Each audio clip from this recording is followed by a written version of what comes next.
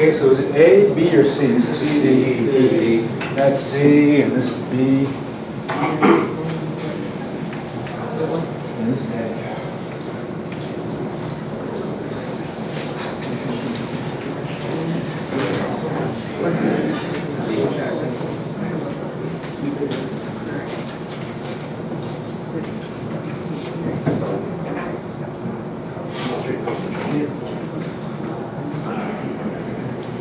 So graph A shows the concentration of wood increasing as the reaction proceeds, which means that as wood burns, we see more wood.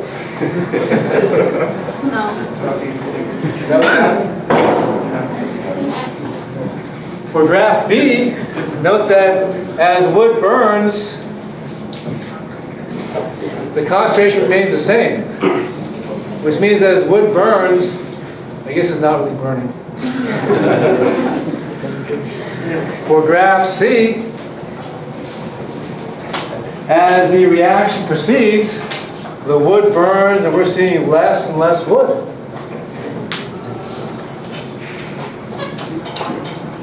So who says that graph A represents the wood burning reaction?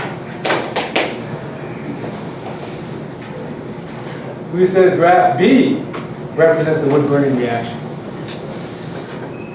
Does that mean that everyone says graph C is the right answer? Yes, you're right. Graph C is the right answer.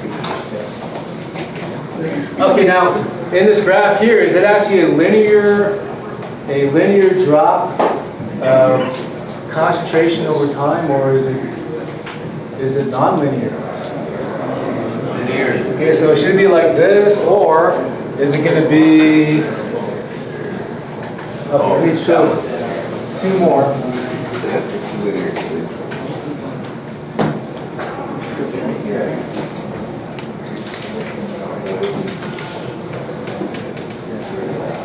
Okay, so is it linear, or does it look like this? Or does it look like this?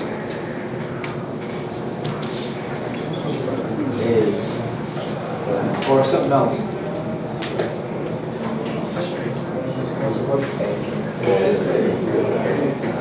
Okay, so is it A, B, or C?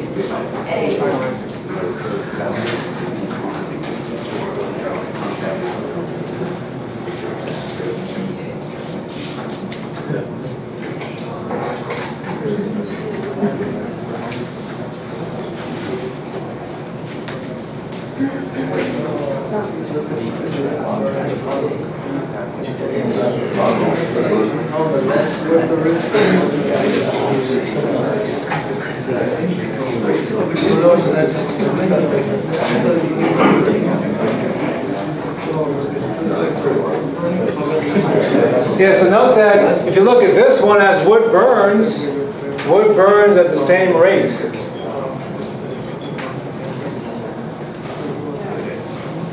In this case here, as wood burns, does the wood burn faster or slower as the reaction proceeds? Slower. So what's happening here? It goes faster. So is it going to be A, B, or C? A. Who says it's A? Who says it's B? Who says it's C? Yeah, so those of you who said A are correct. So it actually looks like this. This is the correct. That's the correct graph.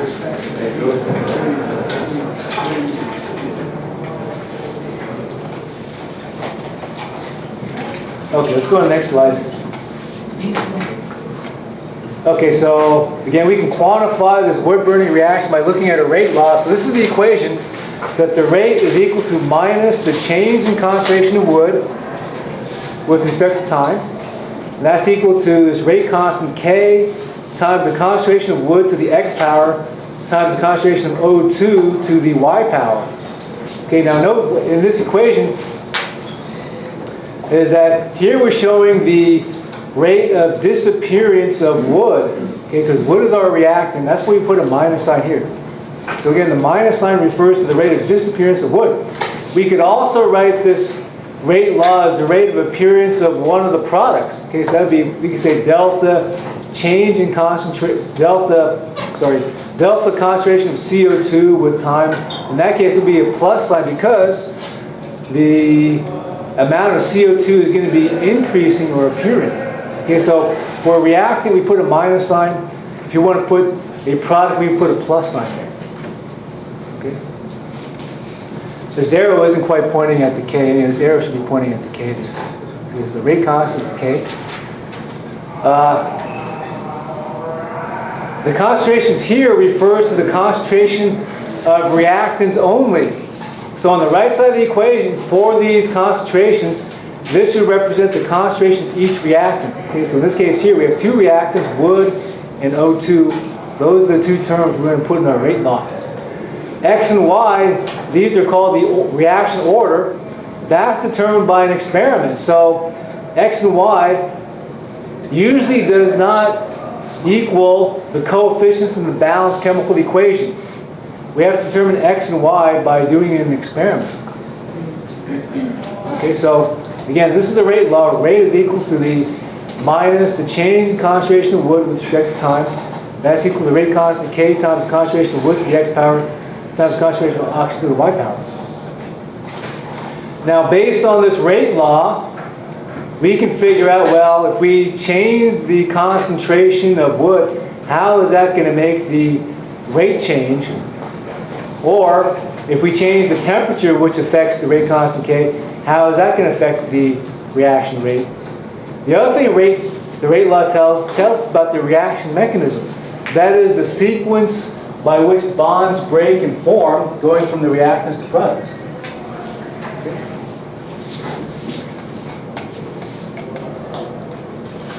Okay, so again, reaction order means it tells us what happens to the rate of the reaction when the concentration changes. And it also tells us the number of particles of each reactant involved in the reaction mechanism. So we'll talk about reaction mechanism, not this week, but next week in the lecture.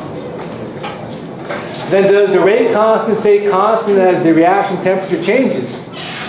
So it turns out that the rate constant, K, is constant at that temperature. However, the rate constant does change if you change the temperature. Okay, so as long as you run a reaction at the same temperature, the rate constant is going to be the same. If you change the temperature, the rate constant K is going to change. Okay, now the rate constant K is related to temperature according to this equation here. K is equal to A times E to the minus EA over RT.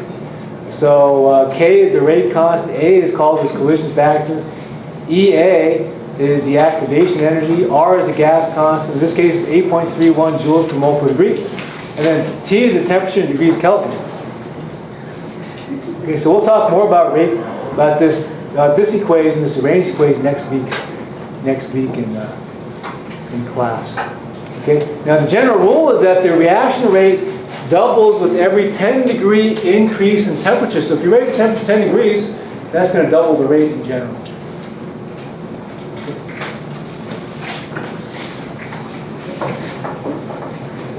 Okay, and then let's take a look at these two common reactions. So here is the dissolution of salt and water. When salt is added in water, does this reaction occur spontaneously? In other words, does salt just dissolve in water? Or will the salt just settle to the bottom and solid salt? Okay, so if you say that the salt dissolves in water all by itself without you doing anything, that means that this reaction occurs spontaneously.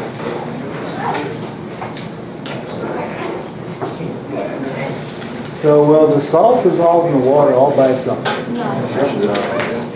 Some of it, but not all of it. So if some of it is, that means it's a reaction occurring spontaneously. Yeah. So the dissolution of salt and water, that's actually a spontaneous reaction. So again, you know that it's spontaneous just by looking at it. You see the salt dissolve. You don't see any solid salt at the bottom of your container. When salt dissolves in water, is heat absorbed or released? In other words, is this reaction exothermic or endothermic? And I'm not sure if you remember from that hot packs and cold packs lab, but for this reaction, it's actually endothermic. So actually, heat is absorbed in that reaction. Now, how do you know that this reaction is endothermic? What observation would tell you that heat is absorbed? So when you add the salt to the water, what's going to happen to the temperature of the water? Yeah, the temperature drops. It gets colder. Because that tells them that heat is absorbed in that reaction. Is the dissolution of salt in water fast or slow? Yes, that's actually pretty, relatively speaking, that's a fast reaction. Okay, so question 1 and 2 refers to thermodynamics. Question 3 refers to kinetics. Let's take a look at the combustion of methane. Does that reaction occur spontaneously?